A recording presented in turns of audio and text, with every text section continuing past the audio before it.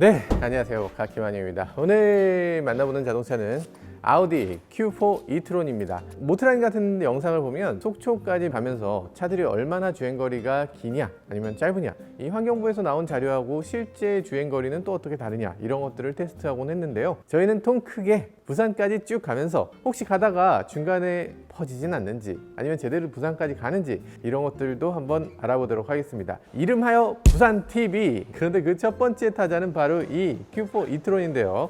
Q4 e-tron 조금 걱정됩니다. 이 환경부 자료에 따르면은 그다지 먼 거리를 가지 못하는 걸로 나와 있는데 정말로 먼 거리를 갈 수 없는지 한번 살펴보도록 하죠. 자, 가자.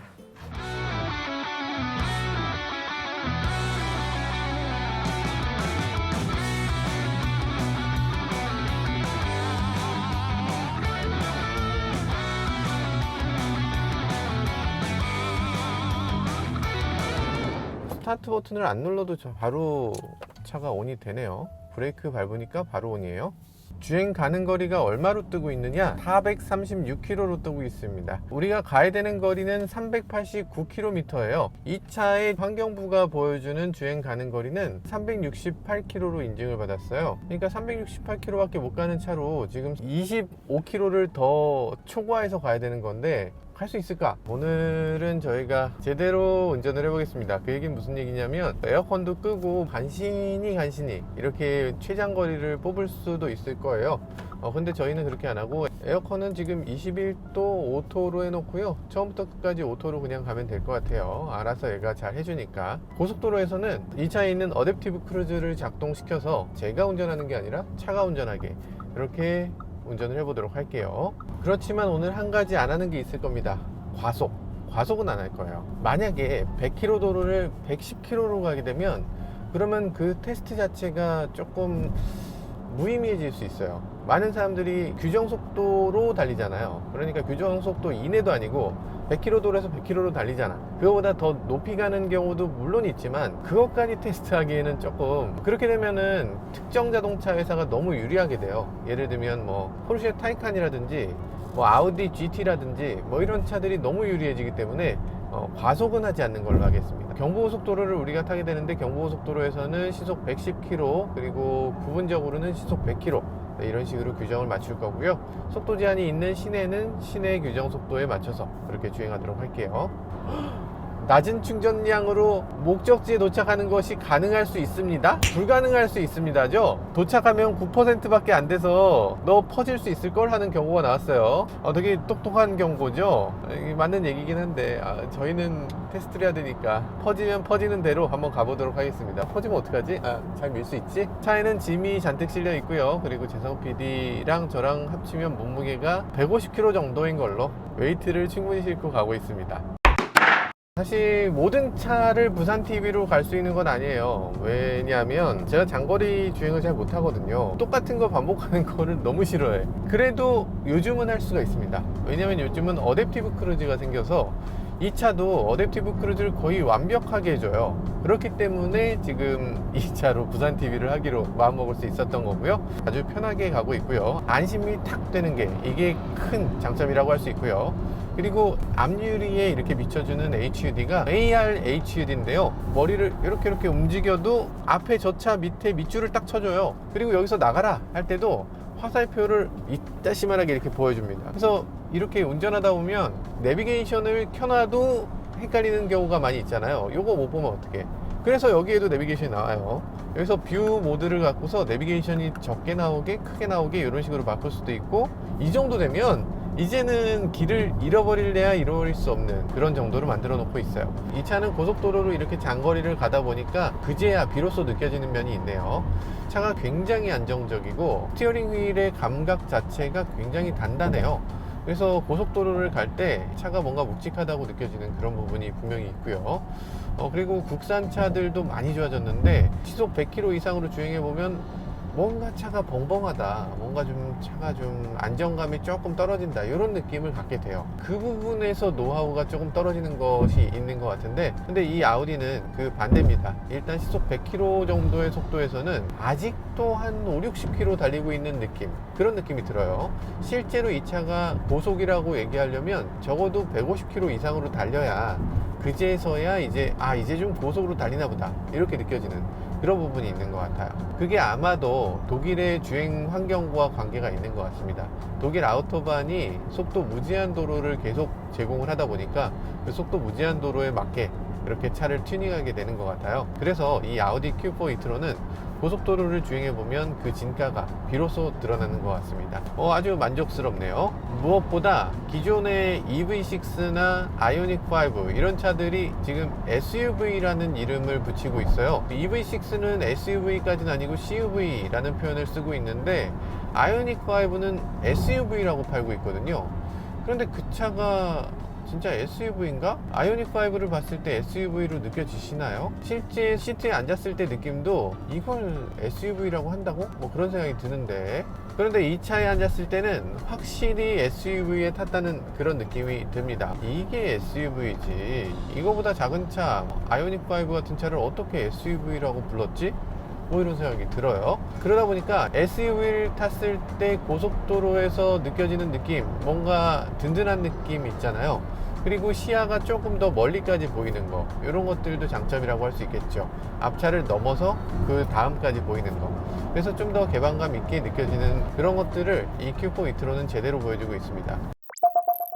아니, 되게 웃긴 게 처음에 주행 가는 거리를 425km였는데 가다 보니까 계속 늘어서 430이 막 넘어가는 그런 경우가 있고요. 지금 여전히 420km 갈 수 있어요. 418km 돼 있는데 주행 가는 거리는 하나도 안 줄고 목적지까지 거리만 계속 줄어들고 있습니다. 이게 뭔가 전비도 킬로와트 시당 6.7km를 가고 있습니다. 6.7km 전비?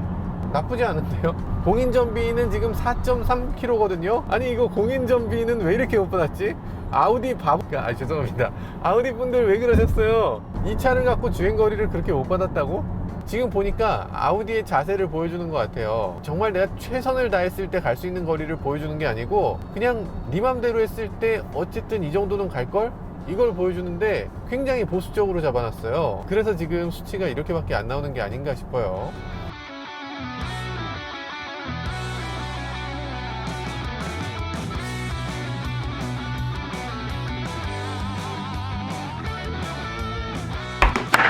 이제 휴게소에 들어가 보려고 합니다. 주행거리는 지금 396km. 달리면 달릴수록 주행 가는 거리가 늘어나는 게 이게 말이 됩니까? 뭔가 잘못된 거 아니에요? 다시 400km야. 서울에서 여기까지 왔는데 왜 400km야? 여기는 지금 충주휴게소입니다. 충주휴게소인데 좀 전에 브레이크 밟았더니 브레이크 때문에 또 회생제동이 돼가지고 주행 가는 거리가 또 늘어났습니다. 아니, 이게 마법이야 뭐야? 뻥치는 거 아니야?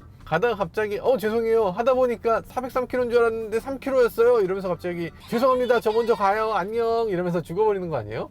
그럴까봐 살짝 걱정됩니다. 이대로라면 너무 대박이죠. 저 앞에 전기차 충전소가 있어요. 아주 뭐 제대로 돼 있는데 저희는 저런 거 보지 않습니다. 400km 남아있는데 뭐하러 충전해?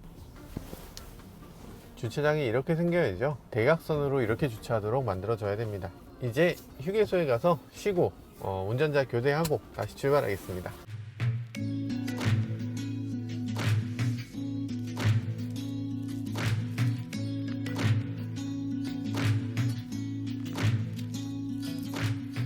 사람은 지금 많이 지쳤어요. 하지만 차는 지치지 않았죠. 그러니까 사람만 바꿔서 다시 출발하도록 하겠습니다. 다음에 출발하실 분은 재성 PD입니다.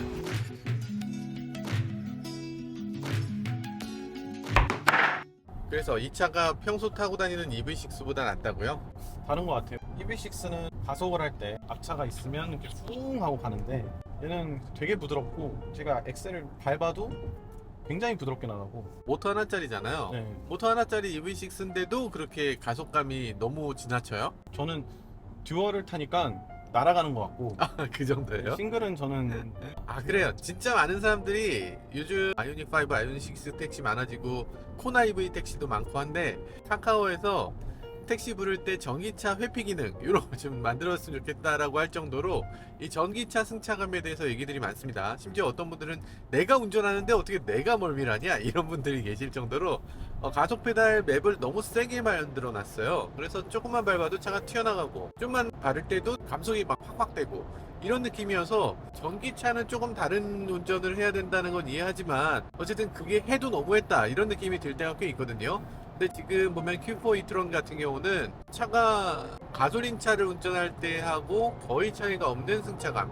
비록 가속감이 굉장히 좋지만 이 초반에 가속 페달을 밟을 때는 굉장히 부드럽고 꾹 밟았을 때 그때 가속감이 쭉 늘어나는 거, 약간 이런 식으로 늘어나는 거, 그런 것들이 되게 잘 짜여져 있어요. 이 가속 패턴을 이런 식으로 해야 되는구나를 보여주는 아주 좋은 사례가 되는 것 같습니다. 거기에 또 하나, 이 어댑티브 크루즈를 했을 때 어댑티브 크루즈가 앞차가 이렇게 있으면 V6나 아이오닉5나 대부분 자동차들은 앞차가 멀어지면 거기 훅 가속해서 딱 붙는다고. 근데 이 차는 앞차가 착 빠졌는데 그 이후에 굉장히 부드럽게 가속해서 거리를 좁히는 거, 이런 식으로 운전해야죠. 아이 젠틀하게 운전하면 이렇게 해야지. EV6나 아이오닉5도 젠틀하게 운전하는 모드가 있어요. 있는데 그렇게 해도 너무 빨리 갔다 붙어요. 물론 그게 K 운전이 그걸지 모르죠. 근데 그러면 안 되죠. 정말 일반적인 자가용 운전자 중에 정말 젠틀하게 하시는 분들, 이런 식으로 세팅이 돼야 돼서 사실 저는 그런 부분 조금 더 개선의 여지가 있어 보입니다. 지금 봤을 때는 이 차 승차감이나 가속감이나 이런 움직이는 느낌 정말 훌륭한 것 같고요. 그런 것들 못지않게 정말 중요한 건 정숙성인 것 같아요. 일단 노면에서 올라오는 소음 같은 경우에 소음이 꽤 많이 억제되어 있고요. 지금 달리고 있는 구간이 아스팔트가 아니라 콘크리트 구간이거든요.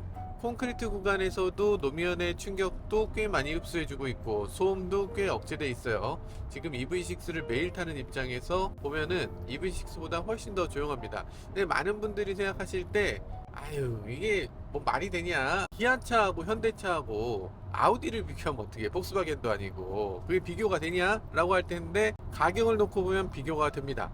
이 차의 가격이 5,970만원부터예요. 그러니까 사실 아이오닉5나 EV6가 5,490만원부터거든요. 게다가 아이오닉5나 EV6는 그 가격이 실제 차의 가격이라기보다는 라이트 트림 뭐 이런 식으로 이름을 붙여서 실제로 팔겠다는 가격이 아니라 약간 꼼수 같은 그런 느낌의 가격이에요. 그러니까 1대1로 비교하지 않을 수가 없는 거예요. 우리나라에서뿐 아니라 유럽에서도 똑같이 비교할 거고 미국에서도 똑같이 비교할 테니까 이 둘은 그냥 대등한 차다라고 놓고 비교해야 될 텐데, 그랬을 때 아이오닉5, EV6의 정숙성이라든지 승차감이라든지 이런 것들에서 조금 더 좋아져야 되는 게 아닌가 하는 생각이 들어요. 그런데 큰 차이는 이 차는 보조금을 받을 수 없다는 거예요. 이게 말이 됩니까? 지금 굉장히 이상한 게 주행거리를 보면 아이오닉5나 EV6보다 못 가지 않아요. 오히려 더 갈 수도 있을 것 같다는 생각이 들거든요. 그런데 어떻게 보조금을 이 차는 빵원을 받는가, 이거 잘 이해가 안 되고,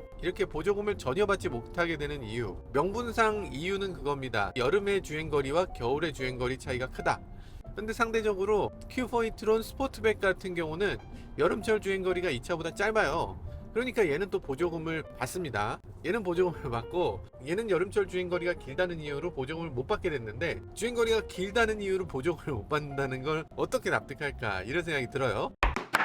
저희 부산TV EV인프라 통해서 하고 있는데요. EV인프라 카드 자주 이용해 주시기 바라겠고요. 우리가 부산같이 완전히 정말 동떨어진 곳을 가려면 거기에 충전소가 어디 있는지를 알 필요가 있죠. 근데 전기차를 안 타보신 분들은 아니 충전소 검색은 여기 차에도 내비게이션 해도 된다며, 뭐 T맵에도 되고 다 된다며. 되죠. 되는데 그 목적지의 충전기가 문제가 없는 충전기인지 문제 있는 충전기인지를 알기가 어려워요. 그래서 거기 목적지까지 갔을 때 고장나 있는 경우가 그렇게 많습니다. 그런 경우를 막기 위해서 이 댓글을 통해서 봐야 돼요. 댓글을 통해서 보면 괴산 휴게소 마산 방향 고장 제보 어마어마하네요. 7월 달에 고장이 거의 7월 6일, 8일, 12일, 11일 계속 고장이 오군요. 아니 9월 11일 고장? 아니 고장이 이렇게 많아? 괴산 휴게소 고장이 어마어마하네요. 그리고 50하나 100하나 여긴 증설 예정이 없나 보네요. 충전 자리 옆에 이게 있어서 들어가기 힘듦. 괴산 휴게소는 절대 가면 안 되겠군요. 그래서 이름이 괴산일 수도 있죠. 괴상해갖고 괴산이라고요? 네, 세상에 역시나 가는 날이 장날이라고 이렇게 비가 많이 와요? 이야, 역시 유튜브 신이 우리를 버리지 않았어. 우리 결국에 도달 못할 것 같은 느낌이 살짝 들죠. 이 정도면은 전비에 엄청나게 악영향을 끼치죠. 에어로다이나믹이나 뭐나 뭐 할 거 없이 그냥 모든 면에서 다 마이너스.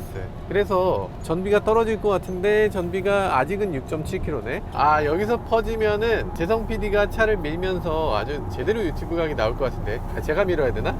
밟아야겠다. 제가 밀면서 이렇게 영상 찍으면은 유튜브 제대로 나올 것 같아요. 아니 그 모트라인 보니까 차가 퍼져줘갖고 이렇게 견이 나고 이러면서 조회수가 막 되게 좋더라고요. 아, 윤 대표님, 아 죄송해요. 지금 주행 가는 거리가 238km 남았어요. 목적지는 116km밖에 안 남았는데 이런 식이면 너무 여유 있게 도착하는데.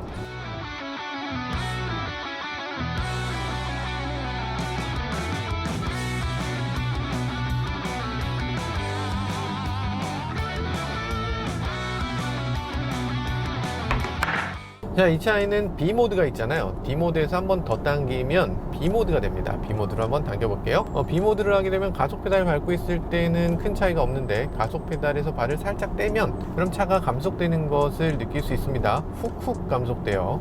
물론 이게 회생이 많이 되는 것 같고 전기를 아끼는 것 같은 기분이 들긴 합니다만 실제로 회생 제동을 많이 하면 전비가 나빠지기 때문에 회생 제동을 자주 사용하지 않고 되도록이면 그 속도를 그대로 유지하면서 주행하는 게 중요해요. 페달링을 굉장히 잘해야 되는 거, 이런 것들 난 불편하다, 아유 그거 싫다, 네, 싫은 분들은 사실 어댑티브 크루즈만 잘 사용해도 괜찮습니다. 이 차의 어댑티브 크루즈는 이 위에 버튼 없잖아요. 옆에 있는 이 막대기를 사용하면 됩니다. 이 별도의 막대기가 있는데 이 막대를 이용하는 게 더 편리한지 이 위에 있는 버튼을 사용하는 게 더 편리한지 이거는 사람마다 좀 차이가 있는 것 같아요.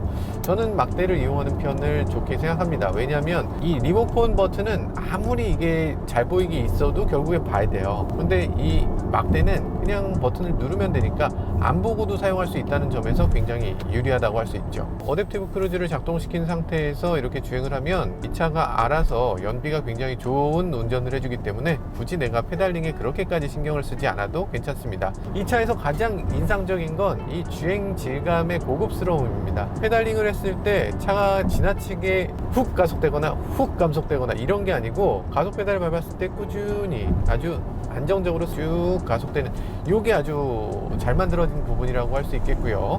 전기차라서 승차감이 전혀 다르다, 이런 느낌을 주지 않는, 전기차지만 가솔린차하고 승차감에서 큰 차이가 없다, 오히려 더 좋다, 이런 느낌을 느끼게끔 하는 그런 아주 세밀한 그런 조작을 해놓은 것 같습니다. 전기차 승차감이 나쁘다라고 얘기하는 분들은 꼭 이 차를 한번 타보셔야 됩니다. 그리고 오디오 같은 경우는 굉장히 좋긴 한데요. 오디오가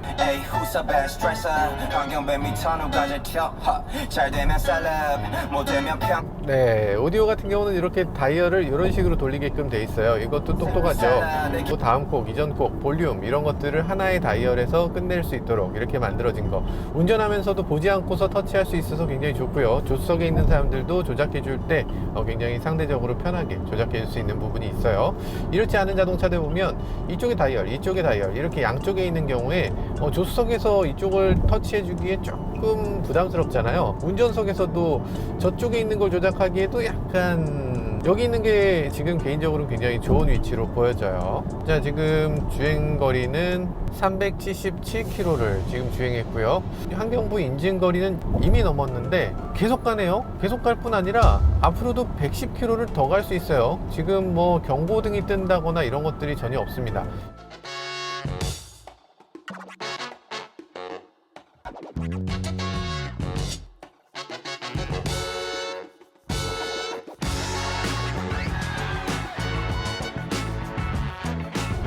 부산이다. 부산에 도착했어요. 부산에 도착했는데 여전히 주행 가는 거리는 111km, 112km. 말씀드리는 순간 또 주행 거리가 늘어서 이거 뭐 무슨 무한동력이야? 계속 주행 거리가 늘어나요. 한번 경찰서에 한번 들어가 보자. 경찰서에 들어가는 건 또 처음이네. 충전기 찾으려고요. 충전이요? 예. 네네, 감사합니다. 진짜로 경찰서 안에 충전기가 있어요? 이래서 아무도 여기서 충전을 안 하는 건가요? 이게 부산 스타일인가? 주차, 야. 일단 이 차에는 없는 게 몇 가지 있죠. 일단 360도 서라운드 뷰 모니터가 없습니다. 오늘 빠졌어요. 그래도 다행인 건 충전 케이블이 뒤쪽에 있다는 거 참 다행이죠. 오늘 분위기를 봐서는 사상 최초로 경찰서에서 리뷰하는 일이 벌어질 것 같습니다. 경찰서에서 시승기를 찍는 건 처음일세. 이거 충전 안 되면 이거 경찰 부를 거야 이거. EV 인프라와 함께하는 부산TV 그 첫 번째 시간, 이제 부산까지 도착했으니까 한번 충전을 해보도록 할게요. 저희 원래 계획은 중간에서 차가 좀 퍼지고 좀 헤매고 좀 어렵게 충전하는 거였어요. 근데 어떻게 충전을 할 수 있게 됐네요. 자, 살펴보면요, 여기 카드는 지금 환경부 카드입니다. 지금 문제없이 된다라고 써 있었어요. 어떻게 되는지 한번 보죠. 이게 지금 환경부 카드가 아니잖아요. 소프트베리 EV 인프라 카드인데 이걸로 될까요? 됐어? 되네. 되네. 이걸로 되네요. 요금 단가는 347원. 너무 비싼 거 아니냐, 인간적으로? 이런 거가 돼. 이제는 좌측 우측으로 이렇게 움직일 수 있어요. 이렇게 돼. 이런 거 아셨어요? 이야, 신기하다. 아니, 이거 굉장히 돈 많이 들었을 것 같은데, 이런 거에 돈 들이지 마시고 이 무게를 조금만 가볍게 해주시면 참 좋을 것 같은데. 편리하긴 하네요. 고장은 없겠지? 네, 아무튼 이렇게 꽂으면 되나? 한 번에 되나? 네, 충전이 개시됐고요. 남은 배터리가 22%예요. 너무 많이 남아있는 거 아닌가? 얼마나 주행했는지 마지막으로 살펴볼게요. 주행 가는 거리가 110km였고요. 시간당 480km를 충전할 수 있다고 됩니다. 그러니까 1시간 충전하면 480km 갈 수 있다는 얘기예요. 그 정도로 빨리? 충전 속도는 70kW로 충전이 되고 있고요. 이게 충전기의 속도 제한인지 이 차의 속도 제한인지는 알 수가 없어요. 충전기가 70kW 급속 충전기가 되게 많거든요. 그리고 우리가 주행한 시간을 한번 볼까요? kW 시당 6.6km고 1시간에 78km, 평균 78km의 속도로 왔어요. 길이 좀 막혔거든요. 그래서 총 주행거리는 387km를 주행했습니다. 5시간 동안에. 나쁘지 않은 주행거리를 보여주네요. 사실 어디 외딴 곳으로 갔을 때 제대로 충전될 것인가, 이게 사실 전기차 사용자들한테는 공포에 가깝거든요. 충전 안 되면 어떡하지? 고장났으면 어떡하지? 그리고 내 카드가 거기서 작동 안 되면 어떡하지? 이런 것들이 항상 공포인데, EV 인프라가 있으니까 마음이 꽤 놓이고 꽤 편안하게 충전을 할 수 있는 그런 경험을 제공해주고 있네요. 사실 EV 인프라 기능들을 보면요, 신고 제보 이런 것들이 위주로 돼 있는 게 태반이에요. 그러니까 고장 났을 때 얘기하는 거지. 근데 저는 좀 그거 반대로 됐으면 좋겠습니다. 칭찬하기 기능이 있었으면 좋겠어요. 사실 사람들이 이런 앱을 사용하면서 충전기가 문제 있을 때만 얘기하는 거는 좀 그렇잖아요. 커뮤니티라는 게 약간 좋은 얘기도 하고 나쁜 얘기도 하고, 그래서 난 이 충전소 칭찬합니다, 이런 얘기도 좀 해줬으면 좋겠다는 생각을 해보게 돼요. 자, 그래서 저는 칭찬하겠습니다. 부산 동구경찰서, 제목에다가 관종이니까 여기 모카 김한용입니다. 네, 이렇게 했어요. EV 인프라에 혹시 별점 제도 같은 거 만들어주면 정말 좋을 것 같아요. 그래서 충전기 중에 좋은 충전기가 어딘지 매년 좀 EV 인프라가 뽑아주면 좋을 것 같다는 생각도 듭니다. 이렇게 서울에서부터 5시간 동안 저희를 편하고 안전하게 데리고 온 이런 큐브 이트론인데요. 아주 훌륭하게 잘 만들어진 자동차라는 생각이 듭니다. 정말 편했어요. 만약에 저희가 전기차 중 아무거나 선택해야 된다면 이 차를 선택할 가능성이 굉장히 높다는 생각을 해보게 됐습니다. 그런데 한 가지 큰 아쉬움은 보조금일 텐데요. 이 차에서 보조금을 받지 못한다는 거, 이거 너무 큰 아쉬움이고요. 사실 아우디로서는 이 5,970만 원이라는 가격, 굉장히 힘들게 만들어낸 가격일 텐데 거기서 조금만 더 노력해서 보조금도 받아낼 수 있었다면 얼마나 좋았을까, 이런 생각이 듭니다. 이 차가 그럼에도 가치 있는 자동차냐 생각해보면, 이 아우디라면 폭스바겐보다 원래 1,000만 원, 2,000만 원 비싼 차였잖아요. 그런 것들을 생각해보면 보조금을 받지 않더라도 충분히 가치가 있는 자동차 아닌가, 이런 생각도 해보게 됐습니다. 지금까지 저는 모카 김한용이었습니다. 감사합니다.